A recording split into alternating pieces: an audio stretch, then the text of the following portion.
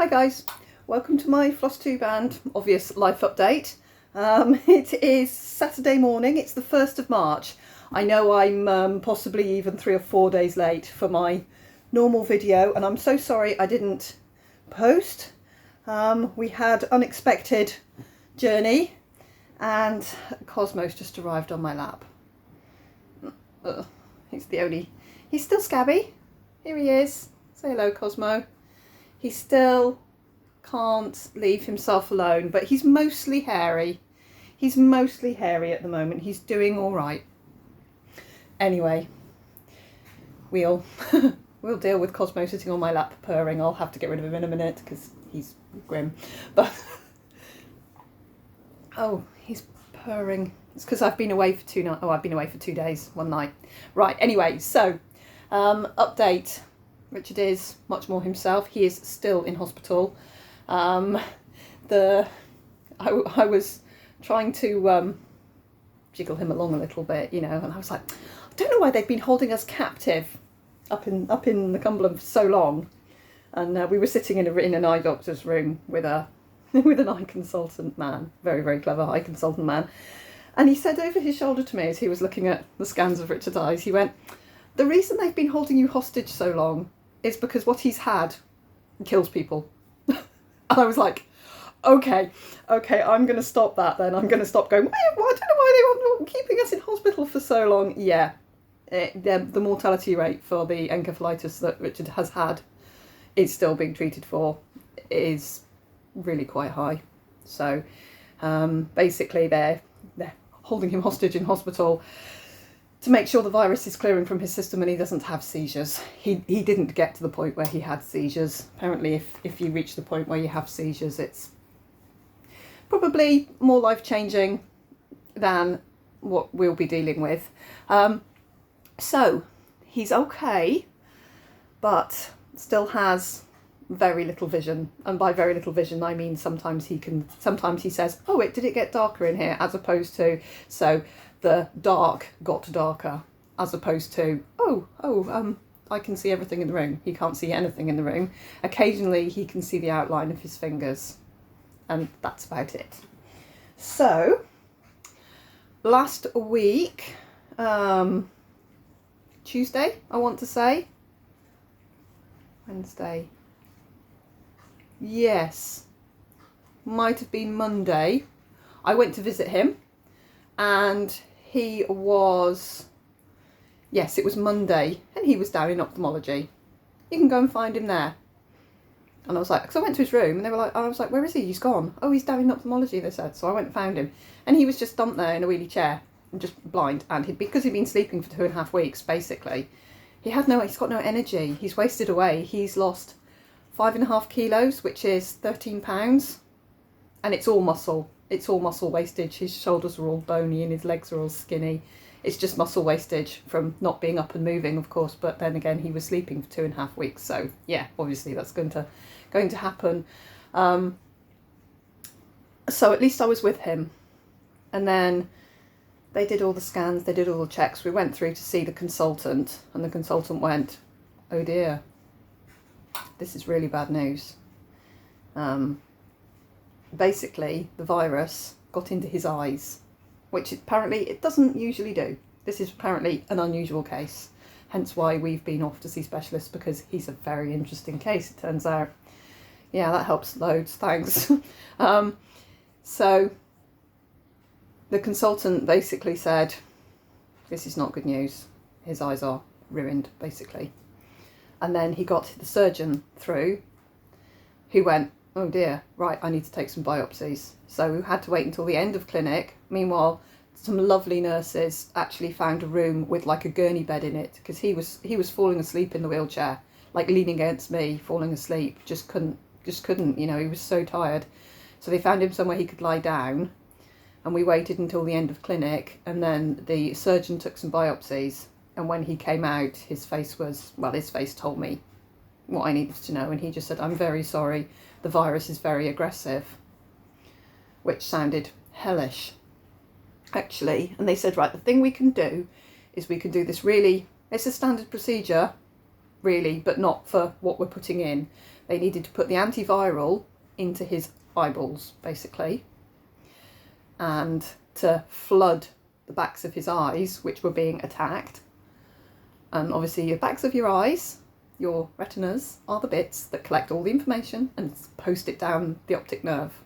And if your retinas don't work, you don't see. That's it. So at the moment, Richard's retinas are not working and his optic nerves are not sending messages correctly. The optic nerves not sending their messages correctly is probably linked to the viral encephalitis he's had, which has jumbled everything up and should steady out. What information can be relayed down the optic nerves once the optic nerves have calmed down remains to be seen. So they said this is going to be the only chance of getting this virus kicked before it completely finishes the job. So I was like, well, this is panic stations, this is urgent, we've got to get this done. We'll do it tomorrow morning. So when I went to visit him the following day, the Tuesday, expecting him to have been down to ophthalmology and had these injections, Richard went, oh, I've been in the bed all day. And he's awake enough now and he knows enough now to know that he hasn't been out of his bed.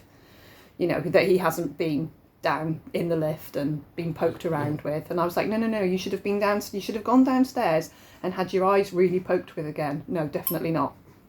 I went running out, basically had a nervous breakdown on the nurse, who was the sweetest little thing and did not appreciate me having a nervous breakdown on her. Quickly got the consultant man who was on the ward to come and talk to me, who turned out again to be the stroke consultant and not the neurology consultant, who I have still not met. He's been on the ward 2 weeks, to over 2 weeks, and I've still not met the neurology consultant, who I believe exists, but I have not spoken to at all yet. So he said, I'm trying. It turns out Carlisle cannot make the antiviral. It has to be made specially under unbelievably obviously it's being injected into an eyeball. It's got to be pure and clean and all that, and Carlisle don't have the facility to do it. We're going to send him to the RVI, which is Newcastle. And I thought, fantastic, one of the best hospitals in this part of the country. Brilliant, let's do it. Can I take him there? Can I put him in my car and take him there now? No. They accepted him as a patient because he's got an interesting case. However, they didn't have a bed. And so he didn't go. And then it turned out that that Liverpool had accepted him. And that would be first thing in the morning, Wednesday. So I phoned Wednesday on my break, 9 o'clock, and he was on his way. He was on his way to Liverpool, and I thought, thank goodness, he's on his way there to get this one shot. This is a one-shot treatment. It's either going to help or it's not. But any kind of help, I thought, let's go for it, let's do it. He got down to Liverpool, and the eye department didn't have his notes. They knew he was coming, obviously, because to arrange transport both ends need to accept it and do it. But they didn't have any of his notes. They couldn't access any of his scans. They had to start from scratch. Blah blah blah blah blah. By the time they got round to trying to get consent out of Richard to do the procedure, he was too tired. He just kept saying, "I want to go home. I want to go home. No, I don't want any fussing. I want to go home." They had to put down refused consent, and they sat him in a wheelchair and waited for an ambulance to take him back to the Cumberland. So when I got back from work, I got changed, I took Flora to her job, and then I drove up to the Cumberland and I waited because I didn't know what to do. I can't contact him. I spoke to Liverpool. Finally, my God, the switchboard was difficult to negotiate. Finally spoke to the eye department, who said, yeah, he's here, we're waiting for transport. And I was like, right, okay. Have you done the procedure? I can't divulge any information to you, I'm really sorry. I was like, has he done the things that he went down to do? Could you tell me just yes or no? And she went, we have done some things. And I thought, okay, that sounds promising. So I was like, righto then. I went to the Cumberland, I sat in the foyer, I could see the main doors, I could see the doors out for A&E, because that's generally where ambulances drop, and I could see all the lifts. I thought, I'm not going to miss him. I sat there for 2 hours, and then I phoned the ward, and I went, I need some sort of update here. And she was like, oh, we have just this moment heard from Liverpool that they have no transport and he's staying down there. Righto, says me, okay. right. And then my phone rang again, and it was Liverpool, and I spoke to somebody who actually had read his notes and knew what was happening, and she was just like, he's refused consent. And I went, what do you mean he's refused consent? He just wants to come home. So we're arranging transport for him first thing in the morning. And I went, oh my God. I came home. We had, between me, Maddie and Flora, we all had a bit of a nervous breakdown moment where all the grief hit all of us all at once. Now bear in mind, I've been with Richard 3 years. My daughters have known him for about 1.5 years. And the grief hit all of us. And we were crying and screaming at each other and screaming at the world. And I think we needed to do that to get that out of our system. And then we took big deep breaths. We all told each other that we had to get sleep and we had to go to bed, because Maddie was going to do her training for, I'll talk about that in a minute. She was going to do her training for her new job. Flora had school in the morning and had just done a shift at work. And I had decided that I was going to be, 8 o'clock in the morning, I was going to be standing there in the eye department. At 8 o'clock in the morning, I was standing there in the eye department and going, my Richard, where is he? Please tell me he's not been put in an ambulance yet. And he was still on his ward. I found him. Oh my God. Yeah, the Liverpool Royal Infirmary is a brand new hospital. It has been open 2 years. It is amazing. If you live in that area and that is your hospital, believe me when I tell you how lucky you are that you have the facilities there on your doorstep. Amazing hospital. I know it's brand new, but when you come from provincial nowhere land and you struggle to get somebody to talk to you about what's happening, that place is outstanding. I found him in his room and all he said was, I'm so glad you're here. I've missed you so much. I can't bear this. I just want to go. And I said, no way. No way, buddy. We came down here to do one thing. One thing. I don't want to do it. I want to go home. I said, if you go home now, we lose this one chance, this time sensitive that we've already wasted 3 days from when we found out about it. 10 days ago, we could probably have completely saved your sight. Now we're fighting for usable vision. And that's realistically what we're fighting for, is usable vision, i.e. I can see that there's a cup there, I can pick it up without having to do the fumble. That's the sort of vision we're talking about. We're not talking about, I'm going to drive my car. We're not talking about, I can walk to the shops without somebody with me. I think that's gone. The cat is asleep on my lap. He looks very cute. Oh, he's very scabby. He's got problems. Anyway, we've all got problems.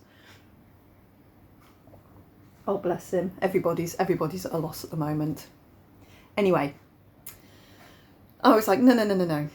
And then the consultant came up to his room, up on the 6th floor, and talked to him. I understand you want to go home. And I was like, will you see him again? And he was like, I need to hear it from Richard. And I was like, right, buddy, this is it. This is our shot. If we don't do this, we'll never know what we could have got back. Can we do this today? If I'm here and I'm with you. And he agreed. Thank goodness. Back down to the eye clinic, and oh my God, there was so many people waiting.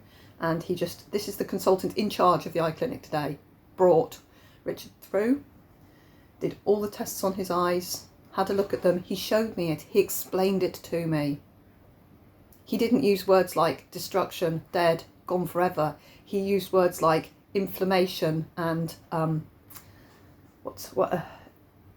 it is terribly damaged. Basically, the backs of his eyes, which should be kind of a mottly pink colour with a clear margined cream dot, which is where the optic nerve joins on. Richard's right eye looks like an angry lava pool, and his left eye looks like the surface of the sun. Left eye is very much more damaged than the right eye. A lot of it is inflammation, a lot of it is the virus just having a party. Once the virus is dead, which hopefully it now is, long story short, hopefully it's now dead. the bit that's in his eyes. It's going to be a long road for it all to not heal, but all the inflammation to go down. His optic nerves looked puffy and blotchy, and they are inflamed, but very much still there, very much joined on, but very unhappy at the moment. So we're waiting to see. He got his eminent colleague through, who is an expert in his field. This was the eminent colleague, this is the eminent consultant telling us that who was so interested in having a look, and they talked in eye code to each other for a little while I was like, oh, I have no idea what any of the words that's coming out of these two very clever men's mouths. And they said, right, we're totally happy to go ahead and do these injections because we can do them, and we'll do it. Also take some more biopsies and put it through our labs and see what our labs come up with, kind of thing. As long as you want to, Richard. And Richard was like, they're like, we need a clear yes from you. And I was like, please, darling, do it for me. Please do it for me. And he was like, yes, let's do it. And from then on, it was like, let's go. He needed to give the clear consent, which he hadn't managed to do the day before because everything was happening. He's in the dark, guys. They moved him 120 miles in the dark and then dumped him out, and he doesn't know anybody around him. There's no familiar voice. As soon as he heard me, he didn't burst into tears, but we got as close as we're going to get with him to that. He was just so relieved I was there, and I should have been with him on Wednesday, but they told me he'd be down there, they'd do it, they'd be back. You know? What can you do? So we basically he had the procedure, and they prioritised him over the probably 40 people waiting in 2 different waiting rooms, all for eye injections. Everybody in one of the waiting rooms, the guy explained to me, he said, all of these people are waiting for eye injections, and I was like, wow. They don't do them in. They don't do them in Carlisle. They do them in Carlisle. The thing they don't do is make the special antiviral. That had to go down to the lab, to the pharmacy, and be made. And it took them 4 hours to get them up, and they came up in a special packet. And when Richard went through, the nurse said, right, these, and they were sealed. Everyone else's were like in drawers in a fridge. It was steroid here, steroid there. Richard's came up from the pharmacy in a great big label bag, special sealed. These are they. So he took him in, he did one eye, he came out and he was like, right, that's the first eye done. That was quite straightforward. That was all right. We're good there. And then then they were in quite a bit longer, and he came out and went, right, we're all done. That was much harder. That was the left eye. Much harder to do. We'll just have to wait and see. So now we've had the procedure done. They've done the thing that is going to give him the best chance of regaining usable sight. Usable. Not what you and I use. Usable sight. But from now on, we're healing. We're getting better. I've got to get him home. I took him back. Oh God, that's the last bit of this saga. Sorry, this is going to be a 20-minute saga before I even show you the paltry bit of stitching I've done. So he was meant to be transported back up by ambulance yesterday. No, doctor happy to sign him off. Eye doctor happy for him to travel. Doctor happy to sign him off and discharge him from their hospital back up to Cumberland. And no transport. Can't organise it. I said, look, I've got my car. Please, can I take him? Yeah, all right. And within 20 minutes we were in the car and we were on our way. We did really well, bar the fact that the motorway was closed for a big crash, so somebody else's life's changed, or quite a few people's lives have changed forever. Yeah, you know what? You don't appreciate it until it does. Till your life gets tipped upside down.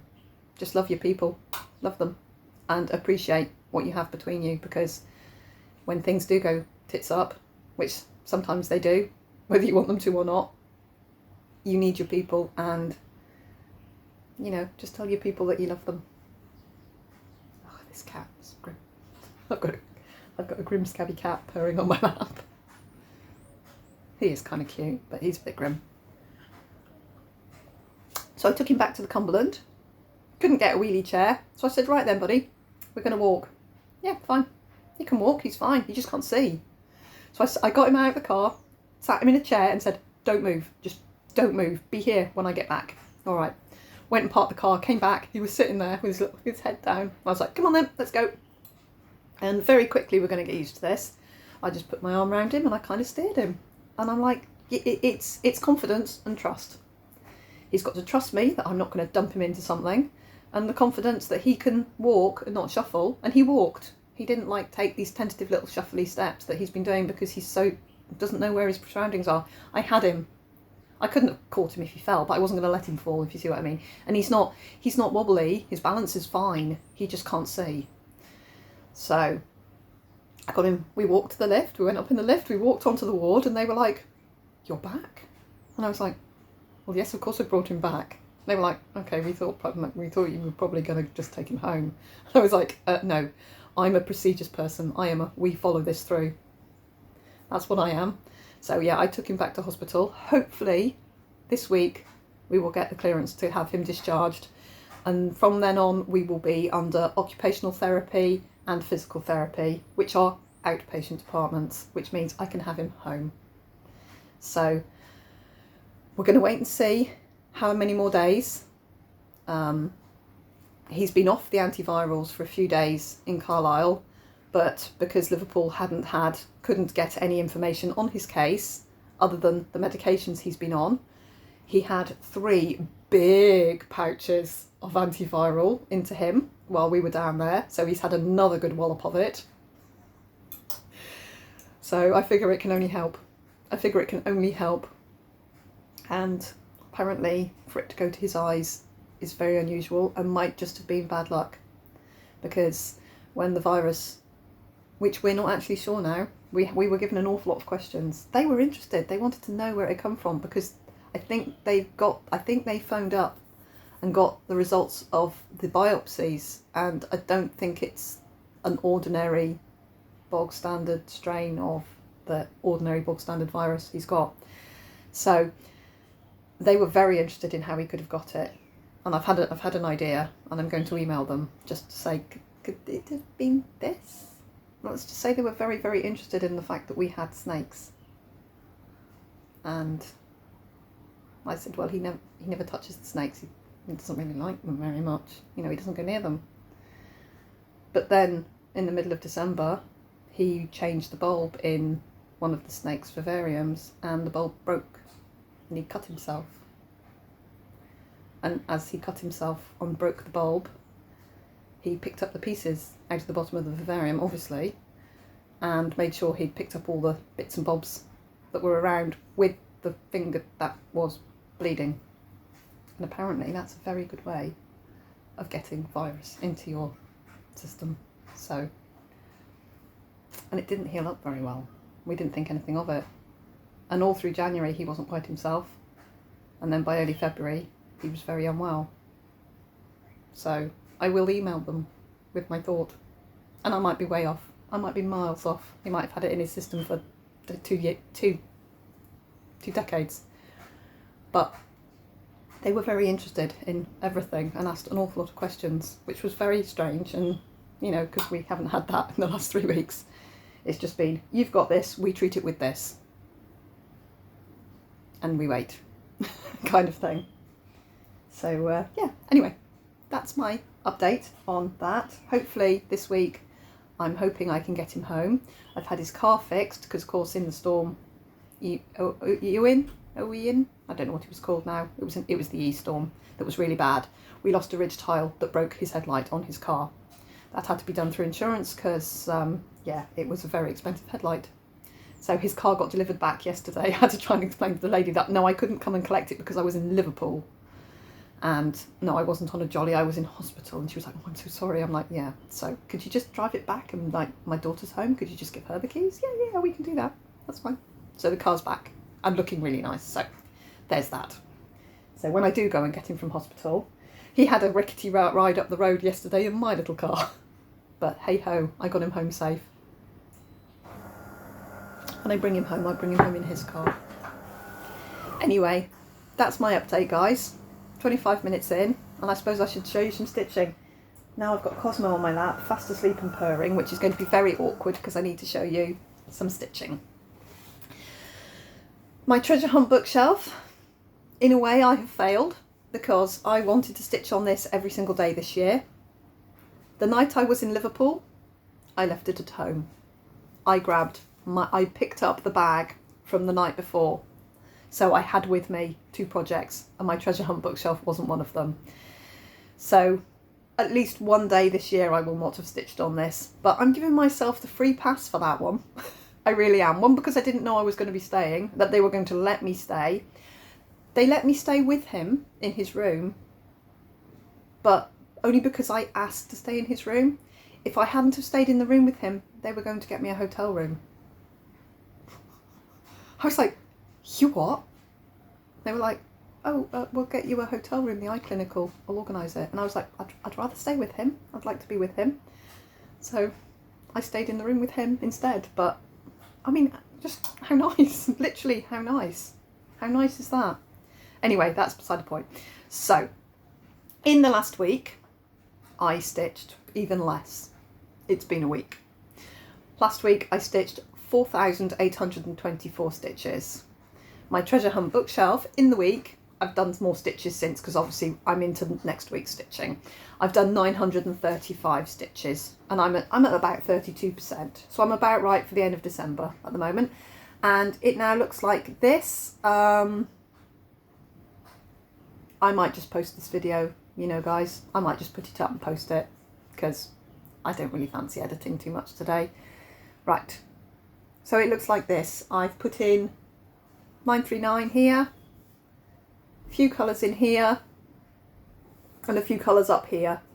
And this little starbursty thing here has had a little bit of blue put in because I had a strand of this which carried up, I did quite a few stitches up here with it. So anyway, 935. Some days, last night I did 22 stitches into this, but I stitched on it.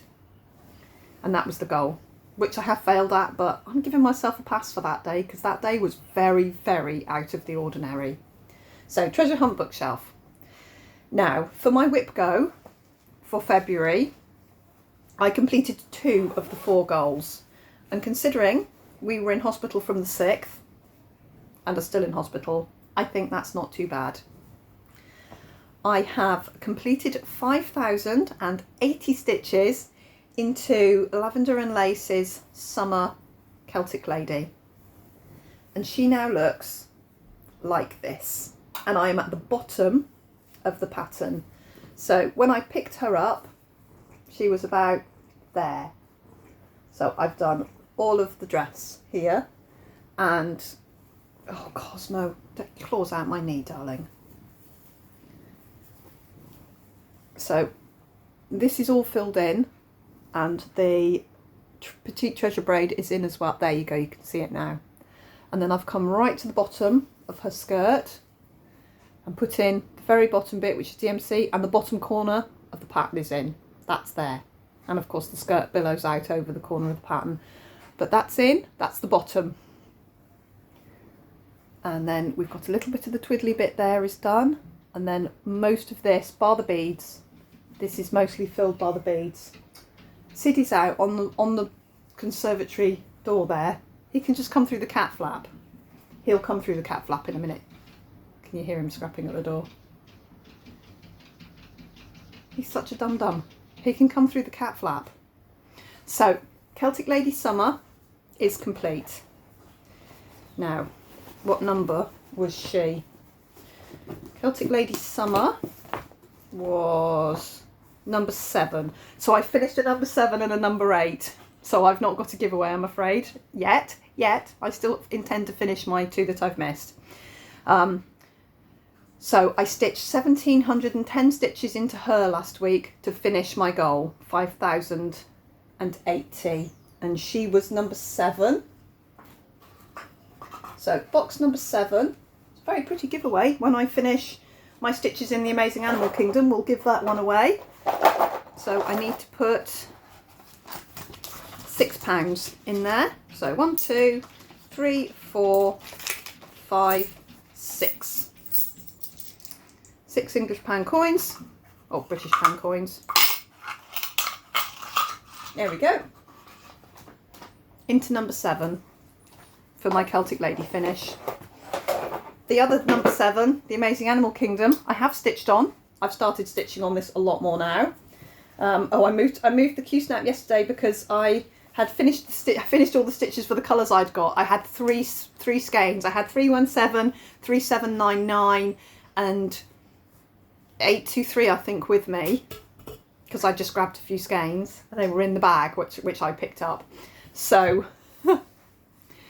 I was stitching, trying to find the gorilla, and I found the gorilla. There's the gorilla, and as you can see, there he is. Hang on, I'm going to put him like this. There he is. And you can just about see him there. There's his head, there's his brow, and then there's his silverback, which I need more colours for. Only the 317 went into his silverback. And then you can see his front legs here. He's down on his knuckles on his front here, and there's his back. So the gorilla, much to, well, that's what I was aiming for, is in. And then I just came over here to put in, oh, I've still got 317. There was just some stitches of 317 there. So I was just filling in a few stitches. So quite a bit of stitching went into him. Last week, 1145 stitches into the Amazing Animal Kingdom, which takes me to, for my Whip Go goal, hang on, it's at the back. I'm currently at 1928, so I've still got 3000 stitches to finish my Whip Go goal, but I'm going to keep chipping away at that because I do want to finish my goals.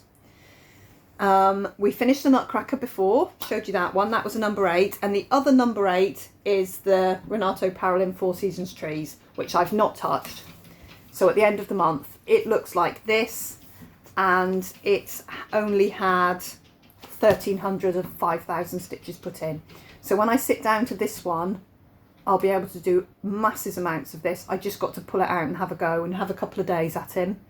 And I'll very quickly get stitches into this because they're beautiful little animals and leaves. Aim is to finish the border, put the animals in and put the leaves on and get this tree finished, and then move on to the next tree, which will be the autumn tree. This is the winter tree, and I will finish my stitches, but not in February.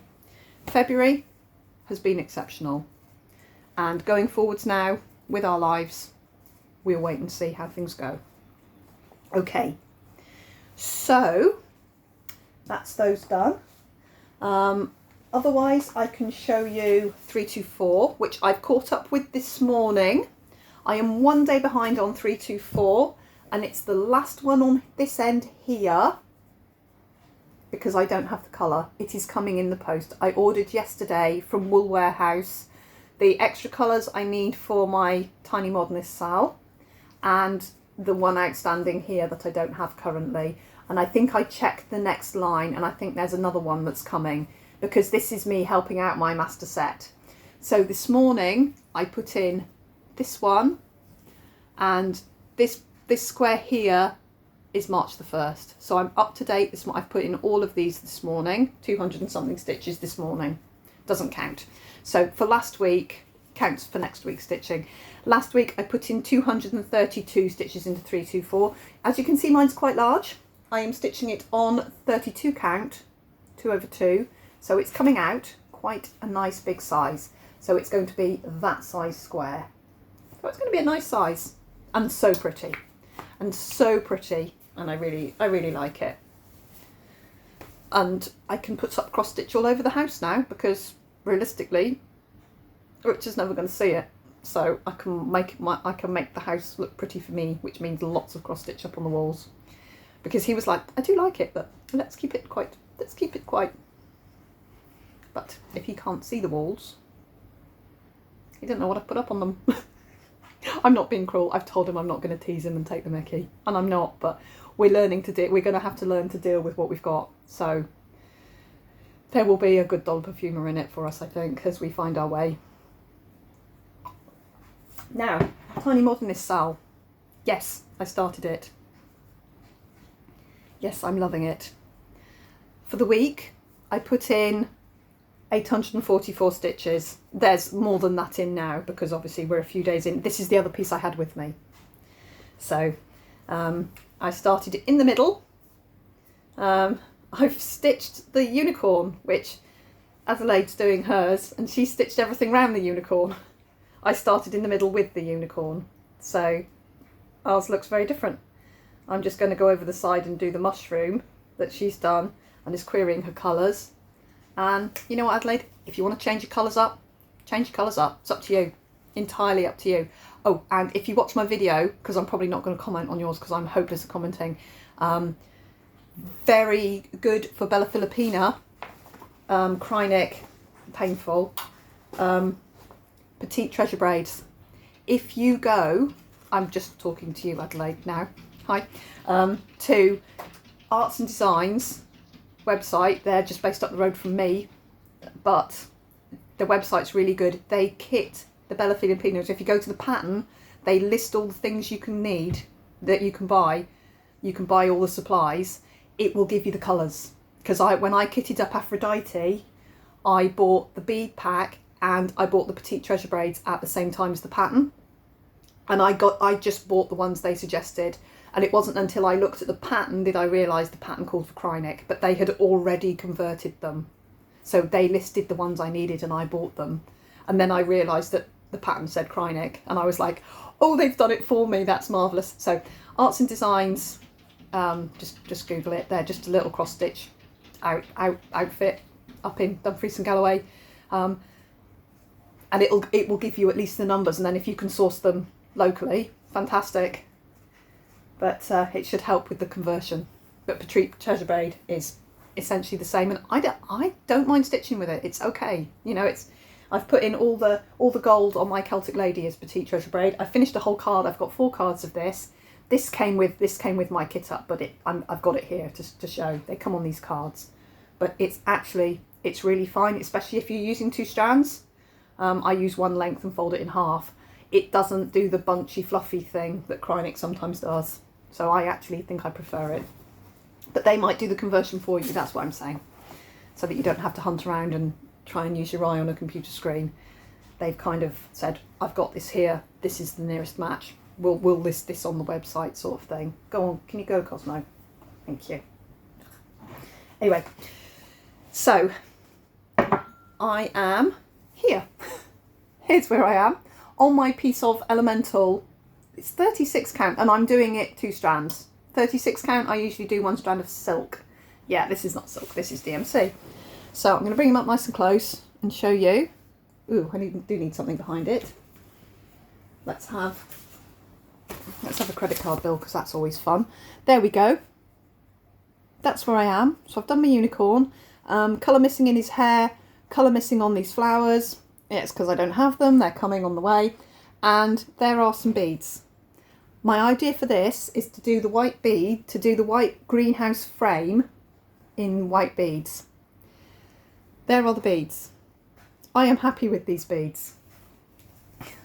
Wow, right, okay, so I thought I would need these beads here are size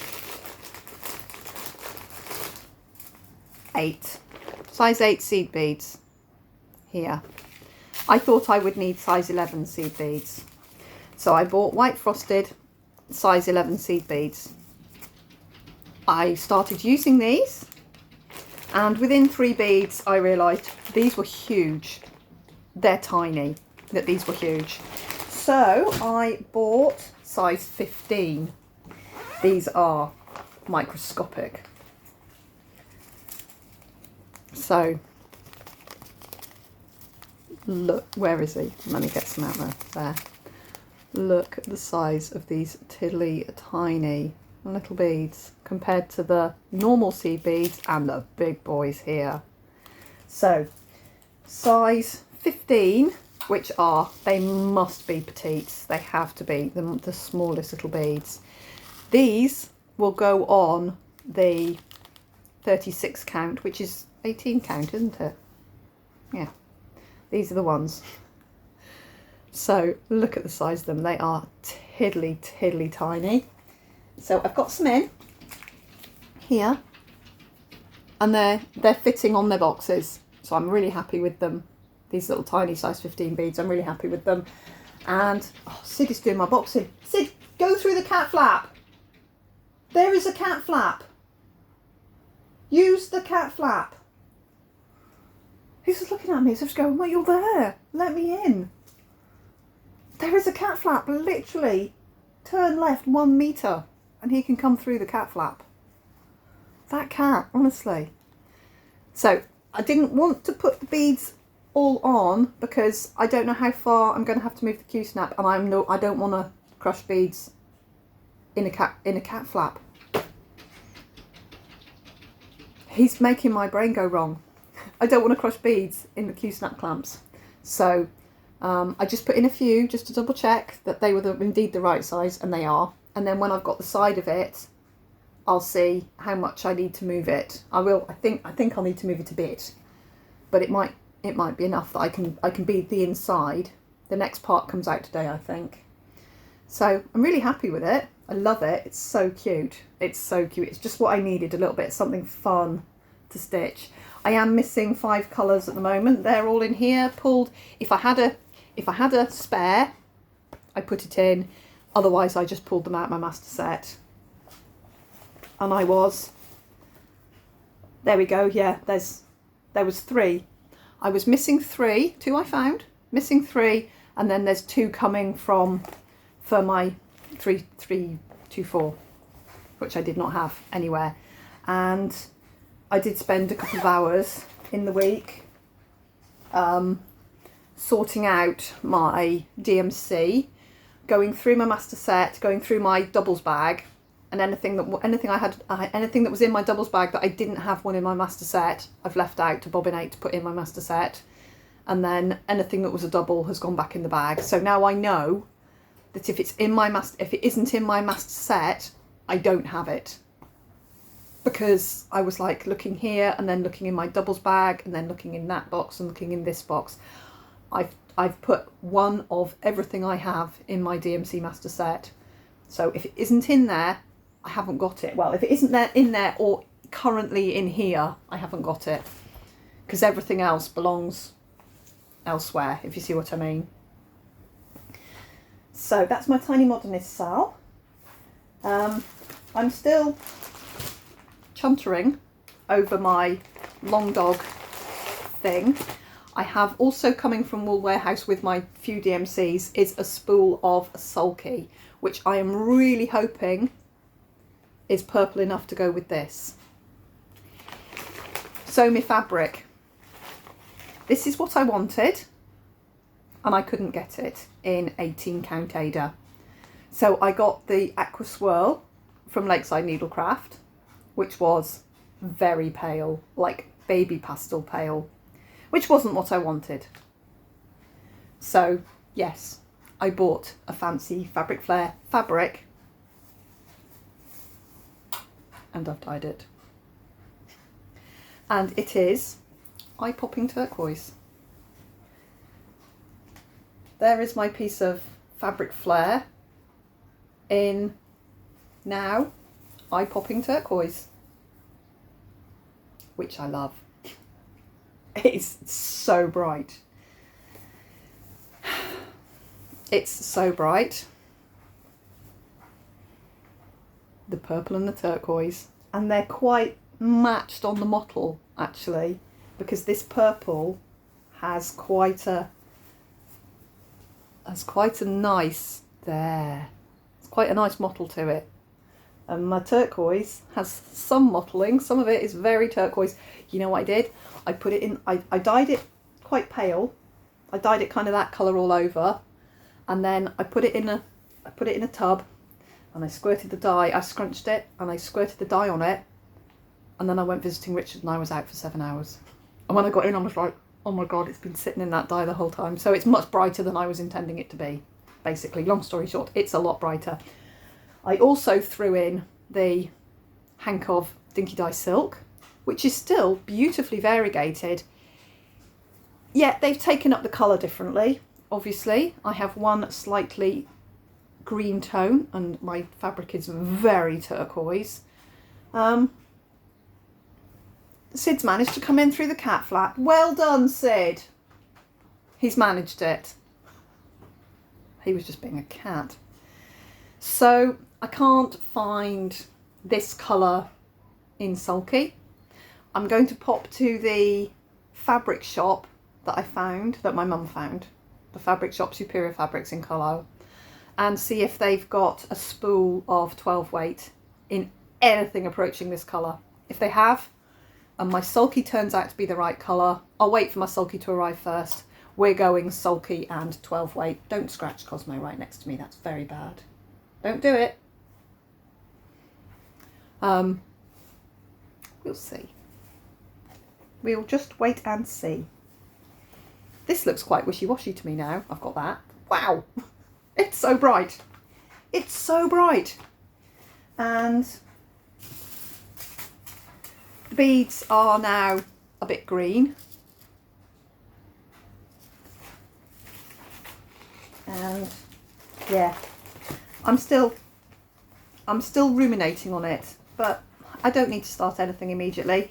I just wanted to show you that I had indeed dunked the fabric. I dunked the silk, which is still beautiful. I mean, it's beautifully variegated. It looks lovely.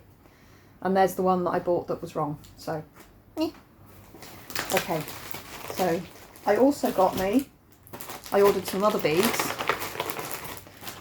that have been in my, don't scratch Cosmo, that have been in my eBay basket forever. Bad cat. He's a bad cat. Don't scratch. Right next to me. Stop it. You're not scratching it. Honestly, I'm just holding onto his foot because he's trying to scratch his neck, which is kind of a bit raw. Can you just not do that? I know it's itchy, but stop it. Yuck. Okay. I think he stopped. I had purple frosted beads. They are a different purple to the other purple. Trans frosted sugar plum. I've actually got 5 bags of those because I was going to do a long dog with these. So we'll do something with those. And I've got semi-glazed rainbow soft blue there, and I've got semi-glazed rainbow burnt orange just there. Just little bags of pretty beads, which I like very much and we'll do something with at some point. We will see. Okay, that's that bit shown you. Only thing left to show you is my knitting, which I knit when I'm waiting in queues. My sleeve is now about 6 inches long. So that's that. That's my knitting. It is a tube. Okay.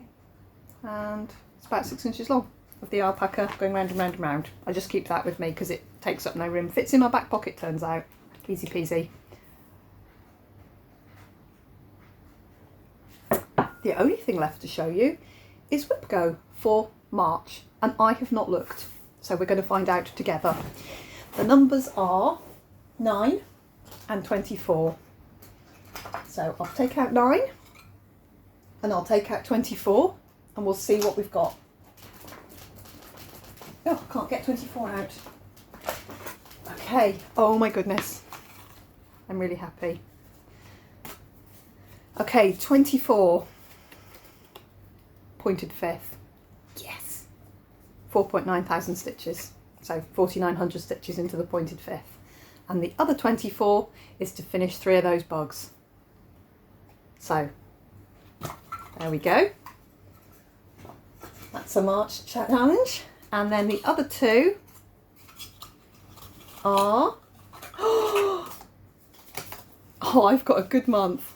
Let's hope it's a really good month. Number 9, 5,000 stitches into the new normal. Don't mind if I do. And the key. Yes. Marvellous. I'm going to go and get my projects. I'll be right back.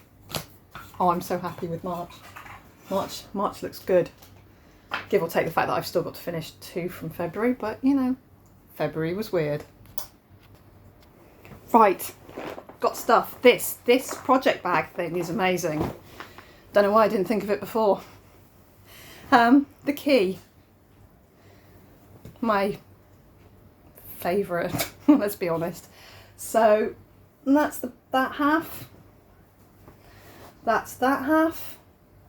14 count Ada, 2 strands DMC. I cannot wait to get working on this. I'm going to put the Q-snap in somewhere and I'm just going to go for it. Where I put the Q-snap in, I will take a photo. So next week, when I'm not feeling so scattered, I can, that's really buoyed me up. These projects I've just got 4 brilliant projects pulled. And I've been needing long dogs. This might put off that my long dog starts for a while, because I've done 2 months with no long dogs and it's been making me a bit twitchy really. So I've got 2 long dogs here and I got my favourites in them. Yes, right. Okay, that's totally cheered me up. Stitching is good. Okay, key. I will take pictures of where I put the Q-snap before I start stitching, so we can do, this is where I was, this is how many stitches I've put in and out, looks like this kind of thing. Like a normal floss tube. Okay, the new normal in this bag that matches the piece is shades of pink on this turquoise teal. Nothing is as turquoise as my turquoise. Very bright. Here. Looks like this. I will take a nice picture of it so I can show what it looked like before. And this is 40 count, 1/2 on 40 count. I have a box of some of the threads that are in it and some of the threads that are not. We'll figure that out. Figure it out. There's going to be an awful lot of figuring out going forwards. We'll figure it all out. Good. Good, I'm really pleased with that one. That's a good project to have pulled. Thank you, Jessie. You've pulled good projects for me when I really needed it. Then we've got the bugs in the bug bag. Well, in the snake bag, which was as near as I had left of bugs. So, pick any 3 of these. But the aim of this is to finish the 3 that I pick. So we've got 6 to choose from. I've got a dragonfly, I've got a ladybird, I've got a bee, I've got a butterfly. That's better. 2 there, and then I've got 2 here. I've got a wasp, and I've got me a spider who's that way up. So 3 of those through to the finish. 3 of those to the finish line. They are around about 1,500 to 2,500 stitches to go, depending on which one it is. They're all at about the same percentage, but some of them have got a lot more stitches in them than others. So I'm probably going to choose 2 easy ones and 1 hard one, and we'll see how we get along. Again, my whip go will roll. So if I haven't finished a project, like my Celtic lady here, she's done. She's going to go back upstairs right now. Back upstairs into the box. The other 2 I'm going to keep out for now. They will come out of Q-snaps because obviously I am about to put in my pointed 5th and start on pointed 5th. Because why wouldn't I? Here we are. There's the colours. There's my 823 étoile. I have 3 skeins of that, which is great. 3 have turned up. Now as I find these things that I've bought over and over again, I can put them in the right bags. My pointed 5th, which is getting 4.9, 4,900 stitches going into it. It looks like this at the moment. I'm going to tell you right now what I'm going to do. In this coming week, I'm going to fill up these cartouches here. 1, 2, 3. And I think there's a tiny bit to finish in this one.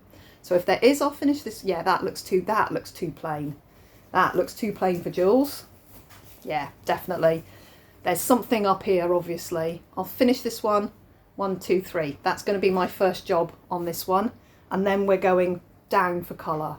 And then I will find the bottom. So 2 jobs.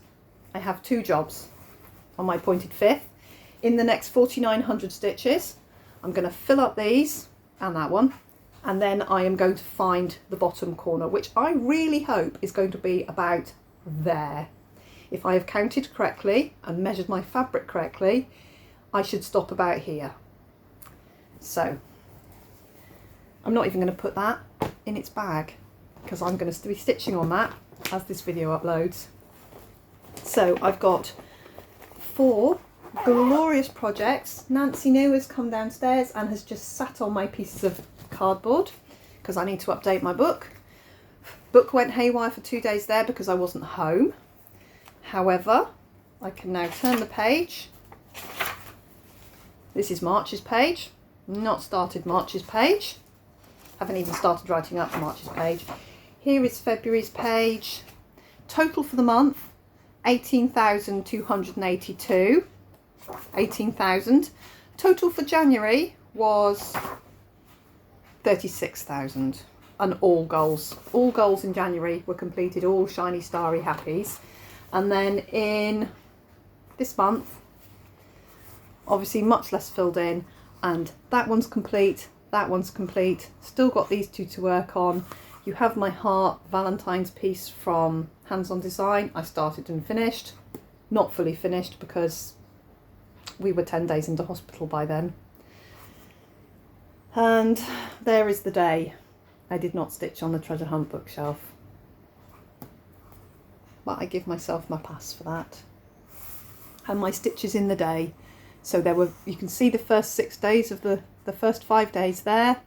I had an early shift, 287 that day. The others were all pretty high. And then after that, you can see how my stitching dropped off. And then I think I was off a couple of, I did 949 that day, 969 on the 18th. And then I must have been off on the 23rd because I managed 1,578 stitches that day. And then all these days, like hospital day, 111, and that all went into the Tiny Modernist sale that day, 111. That was the day I did not stitch on my treasure hunt bookshelf. Yes, look, 27th, Tiny Modern sale, 111. So, we are going to say we gave February the best try we could under exceptional circumstances. And now I'm going to go and write up my book. There is a Nancy. Here's my Nancy New. She's dealing with me.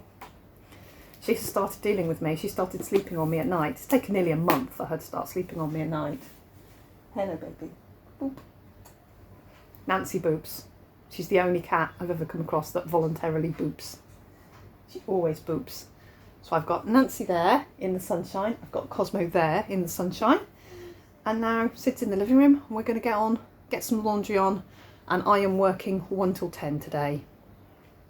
9:30. I'm going to get this video up. I'm just going to post it. So thank you for watching me. Thank you for all your kind comments. I really appreciate it. Thank you so much to the people who've reached out to me to ask if we're okay, and we're doing okay.